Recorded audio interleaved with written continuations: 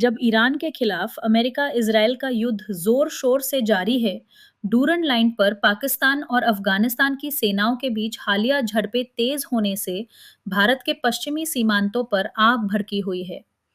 मंगलवार को पाकिस्तानी हवाई हमलों में एक नशा उपचार और पुनर्वास केंद्र में कम से कम 400 अफगानों की दुखद मौत हो गई। पाकिस्तान ने, जिसने तालिबान प्रशासन पर तहरीक तालिबान पाकिस्तान (टीटीपी) को पनाह देने और पाकिस्तान में आतंकी हमलों को समर्थन देने का आरोप लगाया है, अफगानिस्तान के आरोपों से इनकार किया और दावा किया कि उसके हमलों में केवल सैन्य ठिकानों को निशाना बनाया गया है। इस इनकार के बावजूद घटना के दृश्यों से ये साफ है कि काबुल में उम्मीद पुनर्वास सुविधा तबाह कर दी गई है। एक बहुत ही कड़े बयान में भारत ने पाकिस्तान द्वारा एक अस्पताल को निशाना बनाए जाने को कायराना करार देकर इसकी निंदा की और उसके इनकार को नरसंहार पर पर्दा डालने की कोशिश बताकर खारिज करते हुए अंतर्राष्ट्रीय जांच की मांग भी की।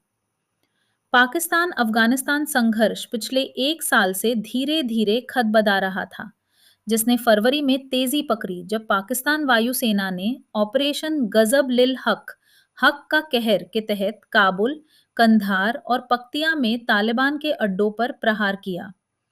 बाजौर में टीटीपी के हमलों में 11 सैनिकों व एक बच्चे की मौत और एक फिदायीन बम हमले के बाद इस्लामाबाद की मस्जिद में 32 लोगों की मौत के बाद भी तनाव तेज हो गया है।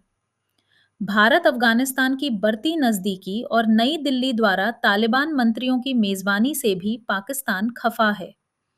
उसने तालिबान पर अफगानिस्तान को भारतीय उपनिवेश में बदलने का आरोप लगाया है। इस तरह साल 2021 में काबुल की सत्ता में तालिबान के आने के समर्थक रहे पाकिस्तान का रुख पूरी तरह पलट गया है।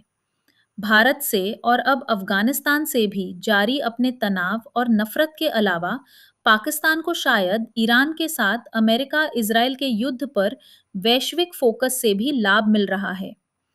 यहाँ अमेरिका की कार्रवाइयों और तालिबान के हमलों से अपनी रक्षा के पाकिस्तान के अधिकार के लिए समर्थन जाहिर करने वाले उसके बयान ने पाकिस्तानी जनरलों को इस भावना से भर दिया है कि वे बेखौफ होकर अपनी मन मर्जी से अफगानिस्तान में हमले कर सकते हैं।